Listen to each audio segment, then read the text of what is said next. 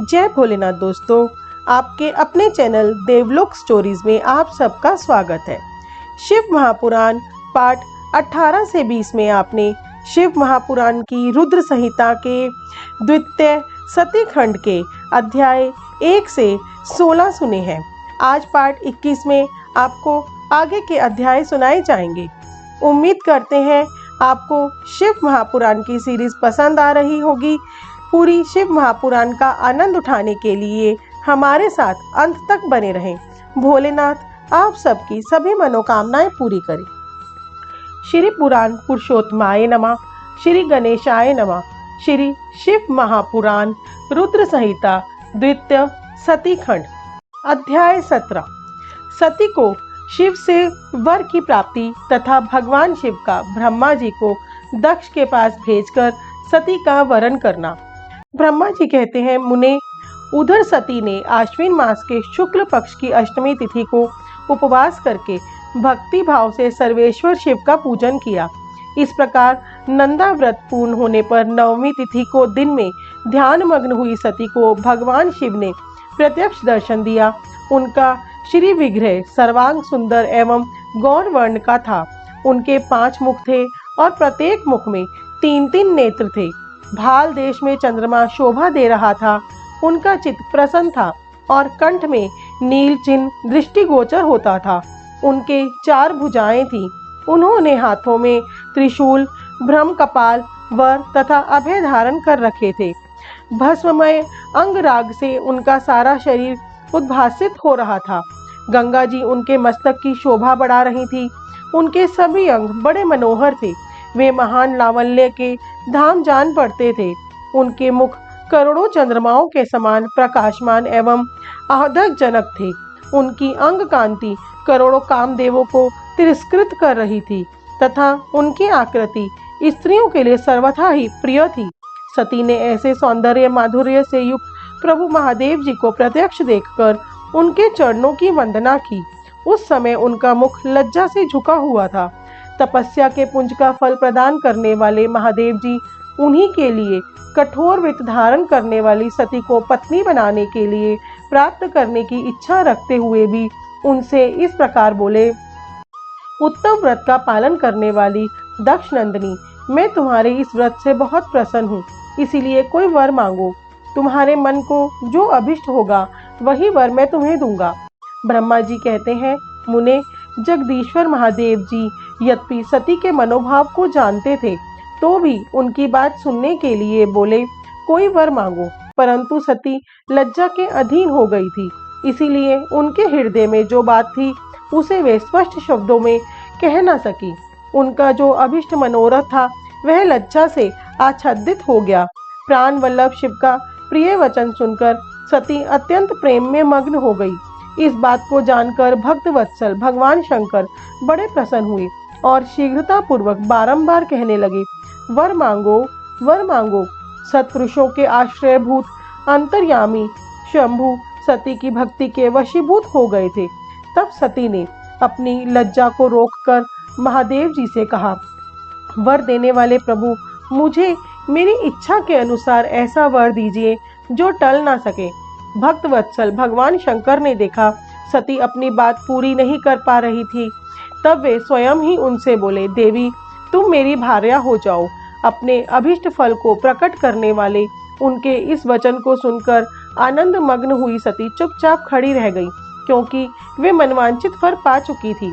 फिर दक्ष कन्या प्रसन्न हो दोनों हाथ जोड़ मस्तक झुका भक्त वत्सल शिव से बारंबार कहने लगी, देवादिदेव महादेव प्रभो जगतपते, आप मेरे पिता को कहकर वैवाहिक विधि से मेरा पारिग्रहण करें। ब्रह्मा जी ने कहा, नारद, सती की यह बात सुनकर भक्त वत्सल महेश्वर ने प्रेम से उनकी ओर देखा और कहा, प्रिय, ऐसा ही होगा।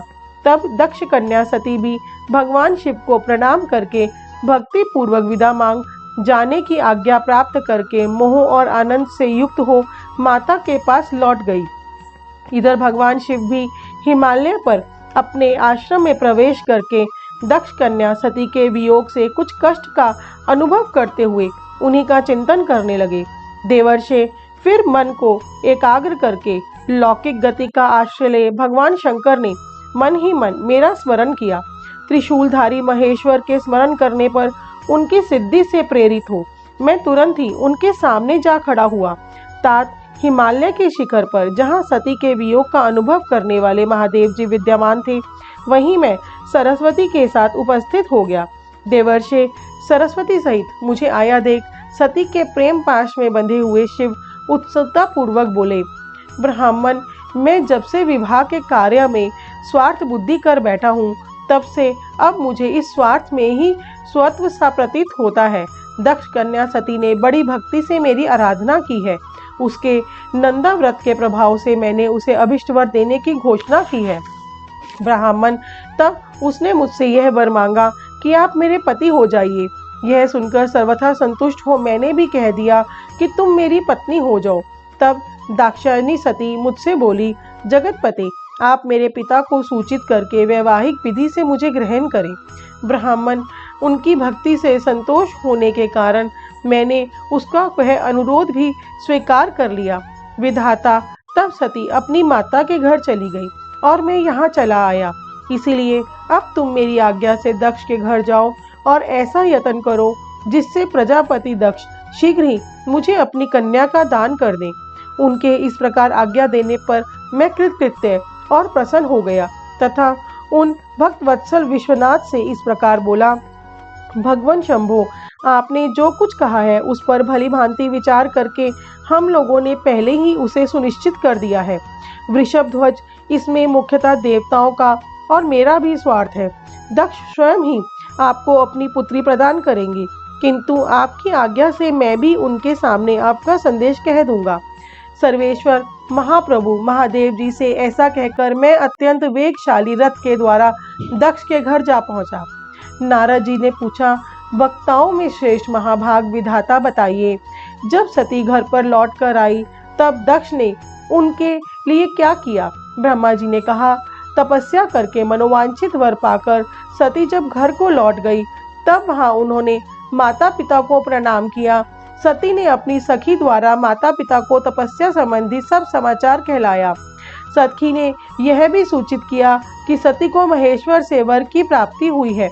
वे सती को भक्ति से बहुत संतुष्ट हुए हैं। सखी के मुंह से सारा वृतांत सुनकर माता पिता को बड़ा आनंद प्राप्त हुआ और उन्होंने महान उत्सव किया। उदार चेता दक्ष और महामनस्विनी वारिणी ने ब्राह्मणों को उनकी इच्छा के अनुसार द्रव्य दिया तथा अन्याय अंधों और दीनों को भी धन बांटा। प्रसन्नता बढ़ाने वाली अपनी पुत्री को हृदय से लगाकर माता वारिणी ने उसका मस्तक सूंघा और आनंद मग्न होकर उसकी बारंबार प्रशंसा की।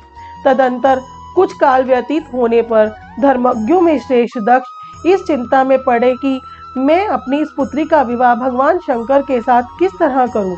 महादेव जी प्रसन्न होकर आए थे पर वे तो चले गए। अब मेरी पुत्री के लिए वे फिर कैसे यहाँ आएंगे? यदि किसी को शीघ्र ही भगवान शिव के निकट भेजा गए तो यह भी उचित नहीं जान पड़ता, क्योंकि यदि वह इस तरह अनुरोध करने पर भी मेरी पुत्री को ग्रहण न करें तो यह मेरी याचना निष्फल हो जाएगी। इस प्रकार की चिंता में पड़े हुए प्रजापति दक्ष के सामने मैं सरस्वती के साथ सहता उपस्थित हुआ। मुझ पिता को आया देख दक्ष प्रणाम करके विनीत भाव से खड़े हो गए। उन्होंने मुझ स्वयंभू को यथा योग्य आसन दिया। तदंतर दक्ष ने जब मेरे आने का कारण पूछा तब मैंने सब बातें बताकर उनसे कहा, प्रजापति, भगवान शंकर ने तुम्हारी पुत्री को प्राप्त करने के लिए निश्चय ही मुझे तुम्हारे पास भेजा है। इस विषय में जो श्रेष्ठ कृत्य हो उसका निश्चय करो। जैसे सती ने नाना प्रकार के भावों से तथा सात्विक व्रत के द्वारा भगवान शिव की आराधना की है, उसी तरह से वे भी सती की आराधना करते हैं। इसीलिए दक्ष भगवान शिव के लिए ही संकल्पित एवं प्रकट हुई अपनी इस पुत्री को तुम अविलंब उनकी सेवा में सौंप दो। इससे तुम कृतकृत्य हो जाओगे। मैं नारद के साथ जाकर उन्हें तुम्हारे घर ले आऊंगा। फिर तुम उन्हीं के लिए उत्पन्न हुई अपनी यह पुत्री उनके हाथ में दे दो। ब्रह्मा जी कहते हैं, नारद, मेरी यह बात सुनकर मेरे पुत्र दक्ष को बड़ा हर्ष हुआ। वे अत्यंत प्रसन्न होकर बोले, पिताजी ऐसा ही होगा। मुने तब मैं अत्यंत हर्षित हो वहां से उस स्थान को लौटा जहां लोक कल्याण में तत्पर रहने वाले भगवान शिव बड़ी उत्सुकता से मेरी प्रतीक्षा कर रहे थे। नारद मेरे लौट आने पर स्त्री और पुत्री सहित प्रजापति दक्ष भी पूर्ण काम हो गए। वे इतने संतुष्ट हुए मानो अमृत पीकर अघा गए हों। अध्याय 18। ब्रह्मा जी से दक्ष की अनुमति पाकर देवताओं और मुनियों सहित भगवान शिव का दक्ष के घर जाना, दक्ष द्वारा सबका सत्कार तथा सती और शिव का विवाह। ब्रह्मा जी कहते हैं, नारद, तदंतर मैं हिमालय के कैलाश शिखर पर रहने वाले परमेश्वर महादेव शिव को लाने के लिए प्रसन्नता पूर्वक उनके पास गया और उनसे इस प्रकार बोला, वृषभध्वज, सती के लिए मेरे पुत्र दक्ष ने जो बात कही है उसे सुनिए और जिस कार्य को वे अपने लिए असाध्य मानते थे उसे सिद्ध हुआ ही समझिए। दक्ष ने कहा कि मैं अपनी पुत्री भगवान शिव के ही हाथ में दूंगा, क्योंकि उन्हीं के लिए यह उत्पन्न हुई है। शिव के साथ सती का विवाह हो, यह कार्य तो मुझे स्वतः ही अभिष्ट है। फिर आपके भी कहने से इसका महत्व और अधिक बढ़ गया। मेरी पुत्री ने स्वयं इसी उद्देश्य से भगवान शिव की आराधना की है और इस समय शिवजी जी भी मुझसे इसी के विषय में अन्वेषण कर रहे हैं। इसीलिए मुझे अपनी कन्या अवश्य ही भगवान शिव के हाथ में देनी है। विधाता वे भगवान शंकर शंभु लग्न और शुभ मुहूर्त में यहाँ पधारे। उस समय मैं उन्हें शिक्षा के तौर पर अपनी यह पुत्री दे दूंगा। वृषभध्वज, मुझसे दक्ष ने ऐसी बात कही है, अतः आप शुभ मुहूर्त में उनके घर चलिए और सती को ले आइए। मुने, मेरी यह बात सुनकर भक्त वत्सल रुद्र लौकिक गति का आश्रय ले हंसते हुए मुझसे बोले, संसार की सृष्टि करने वाले ब्रह्मा जी, मैं तुम्हारे और नारद के साथ ही दक्ष के घर चलूंगा, अतः नारद का स्मरण करो। अपने मरीचि आदि मानस पुत्रों को भी बुला लो। विधे, मैं उन सबके साथ दक्ष के निवास स्थल पर चलूंगा। मेरे पार्षद भी मेरे साथ रहेंगे। नारद लोकाचार के निर्वाह में लगे हुए भगवान शिव के इस प्रकार आज्ञा देने पर मैंने तुम्हारा और मरीचि आदि पुत्रों का भी स्मरण किया। मेरे याद करते ही तुम्हारे साथ मेरे सभी मानस पुत्र मन में आदर की भावना लिए शीघ्र ही वहां आ पहुंचे। उस समय तुम सब लोग हर्ष से उत्फुल्ल हो रहे थे। फिर रुद्र के स्मरण करने पर शिव भक्तों के सम्राट भगवान विष्णु भी अपने सैनिकों तथा कमला देवी के साथ गरुड़ पर आरूढ़ हो तुरंत वहां आ गए। तदंतर चैत्र मास के शुक्ल पक्ष की त्रयोदशी तिथि में रविवार को पूर्वा फागुनी नक्षत्र में मुझ ब्रह्मा और विष्णु आदि समस्त देवताओं के साथ महेश्वर ने विवाह के लिए यात्रा की। मार्ग में उन देवताओं और ऋषियों के साथ यात्रा करते हुए भगवान शंकर बड़ी शोभा पा रहे थे। वहां जाते हुए देवताओं, मुनियों तथा आनंद मग्न मन वाले प्रथम गणों का रास्ते में बड़ा उत्सव हो रहा था।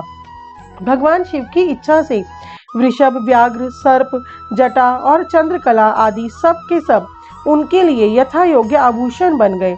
तदंतर वेग से चलने वाले बलवान बलिवर्ध नंदिकेश्वर पर आरूढ़ हुए महादेव जी श्री विष्णु आदि देवताओं को साथ लिए क्षण भर में प्रसन्नता पूर्वक दक्ष के घर जा पहुँचे।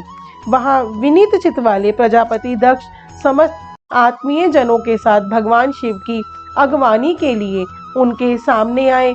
उस समय उनके समस्त अंगों में हर्ष जनित रोमांच हो आया था। स्वयं दक्ष ने अपने द्वार पर आए हुए समस्त देवताओं का सत्कार किया।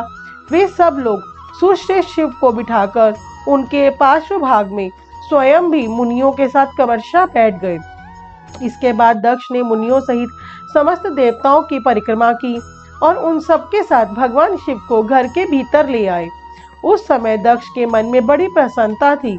उन्होंने सर्वेश्वर शिव को उत्तम आसन देकर स्वयं ही विधि पूर्वक उनका पूजन किया।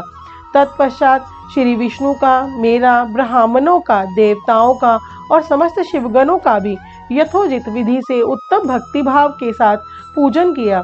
इस तरह पूजनीय पुरुषों तथा अन्य लोगों सहित उन सबका यथोचित आदर सत्कार करके दक्ष ने मेरे मानस पुत्र मरीचि आदि मुनियों के साथ आवश्यक सलाह की। इसके बाद मेरे पुत्र दक्ष ने मुझ पिता के मेरे चरणों में प्रणाम करके प्रसन्नता पूर्वक कहा, प्रभु आप ही वैवाहिक कार्य कराएं। तब मैं भी हर्ष भरे हृदय से बहुत अच्छा कहकर उठा और वह सारा कार्य कराने लगा। तदंतर ग्रहों के बल से युक्त शुभ लग्न और मुहूर्त में दक्ष के हर्ष पूर्वक अपनी पुत्री सती का हाथ भगवान शंकर के हाथ में दे दिया। उस समय हर्ष से भरे हुए भगवान वृषभध्वज ने वैवाहिक विधि से सुंदरी दक्ष कन्या का पाणिग्रहण किया।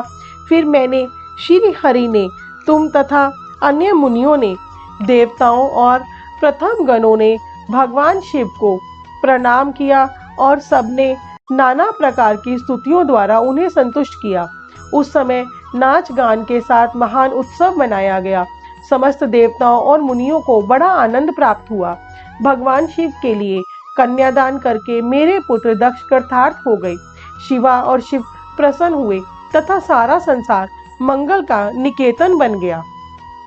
अध्याय 19-20 सती और शिव के द्वारा अग्नि की परिक्रमा, श्री हरि द्वारा शिव तत्व का वर्णन, शिव का ब्रह्मा जी को दिए हुए वर के अनुसार वेदी पर सदा के लिए अवस्थान तथा शिव और सती का विदा हो कैलाश पर जाना।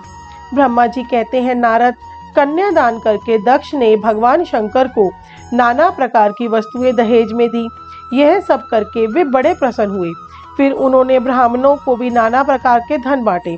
तत्पश्चात लक्ष्मी सहित भगवान विष्णु शंभु के पास जा हाथ जोड़कर खड़े हुए और यूं बोले, देव देव महादेव, दया सागर, प्रभु, तात, आप संपूर्ण जगत के पिता हैं और सती देवी सबकी माता है।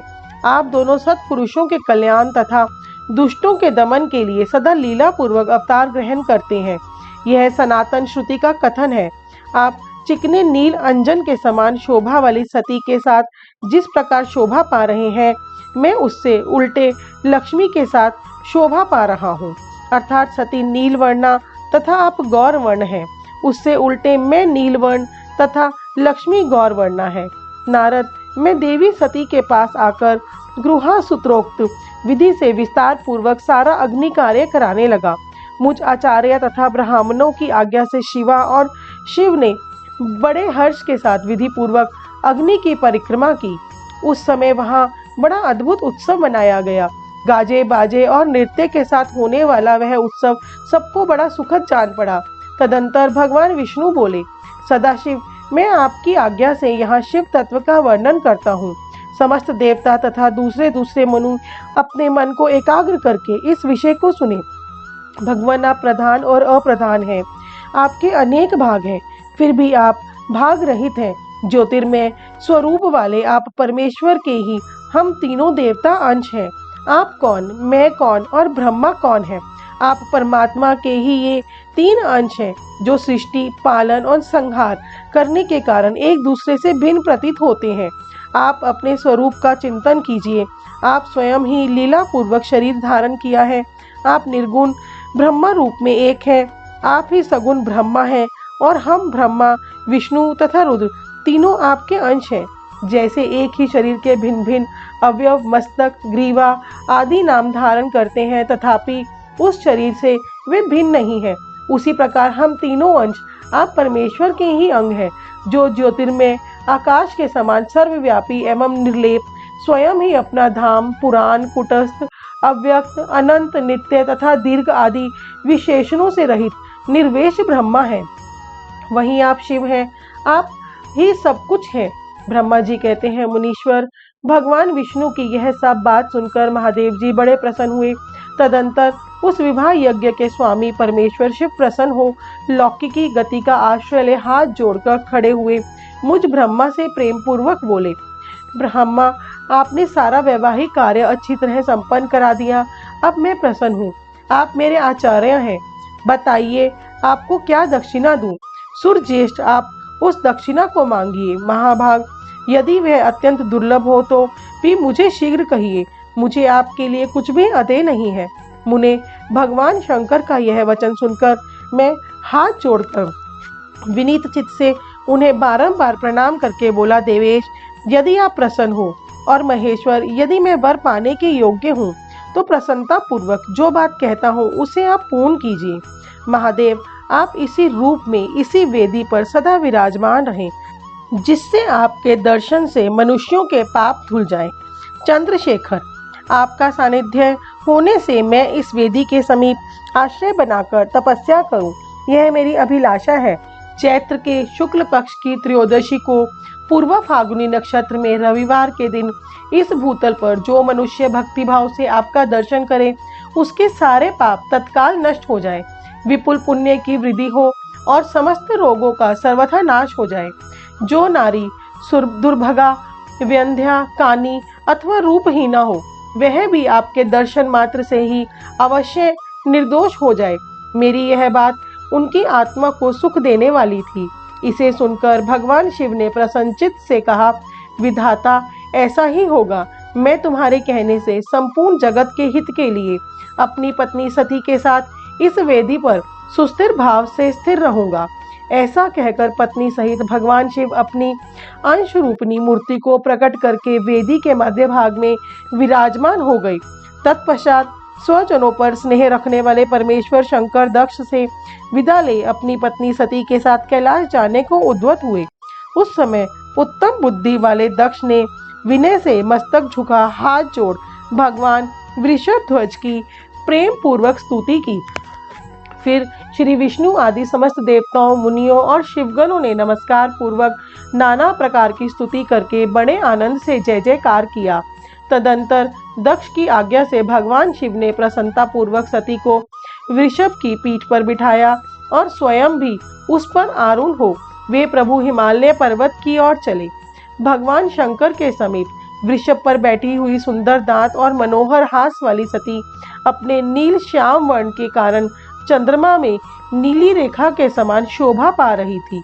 उस समय उन नव दंपति की शोभा देख श्री विष्णु आदि समस्त देवता, मरीचि आदि महर्षि तथा दूसरे लोग ठगे से रह गए, हिलडुल भी न सके तथा दक्ष भी मोहित हो गए।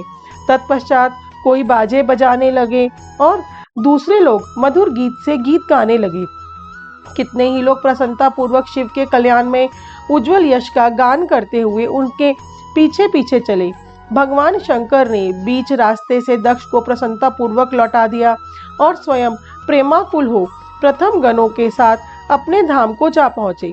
यद्यपि भगवान शिव ने विष्णु आदि देवताओं को भी विदा कर दिया था, तो भी वे बड़ी प्रसन्नता और भक्ति के साथ पुनः उनके साथ हो लिए। उन सब देवताओं, प्रथम गणों तथा अपनी पत्नी सती के साथ हर्ष भरे शंभु हिमालय पर्वत से सुशोभित अपने कैलाश धाम में जा पहुंचे। वहां जाकर उन्होंने देवताओं, मुनियों द्वारा दूसरे लोगों का बहुत आदर सम्मान करके उन्हें प्रसन्नता पूर्वक विदा किया। शंभु की आज्ञा ले वे विष्णु आदि सब देवता तथा मुनि नमस्कार और स्तुति करके मुख पर प्रसन्नता की छाप लिए अपने अपने धाम को चले गए। सदा शिव का चिंतन करने वाले भगवान शिव भी अत्यंत आनंदित हो हिमालय के शिखर पर रहकर अपनी पत्नी दक्ष कन्या सती के साथ विहार करने लगे। सूत जी कहते हैं, मुनियों, पूर्व काल में स्वयंभुव मनवंतर में भगवान शंकर और सती का जिस प्रकार विवाह हुआ, वह सारा प्रसंग मैंने तुमसे कह दिया। जो विवाह काल में, यज्ञ में अथवा किसी भी शुभ कार्य के आरंभ में भगवान शंकर की पूजा करके शांत चित्त से इस कथा को सुनता है, उसका सारा कर्म तथा वैवाहिक आयोजन बिना किसी विघ्न बाधा के पूर्ण होता है और दूसरे शुभ कर्म भी सदा निर्विघ्न पूर्ण होते हैं। इस शुभ उपाख्यान को प्रेम पूर्वक सुनकर विवाहित होने वाली कन्या भी सुख, सौभाग्य, सुशीलता और सदाचार आदि सद्गुणों से संपन्न साध्वी स्त्री तथा पुत्रवती होती है। दोस्तों, शिव पुराण पाठ 21 में आपने शिव महापुराण की रुद्र संहिता के सती खंड के अध्याय 17 से 20 सुने हैं। नेक्स्ट पार्ट में हम आपको आगे के अध्याय सुनाएंगे। पूरी शिव महापुराण सुनने के लिए चैनल को सब्सक्राइब कीजिए। कमेंट बॉक्स में जय भोलेनाथ लिखना ना भूलें। हमें इतना प्यार और सहयोग देने के लिए आप सबका बहुत बहुत धन्यवाद।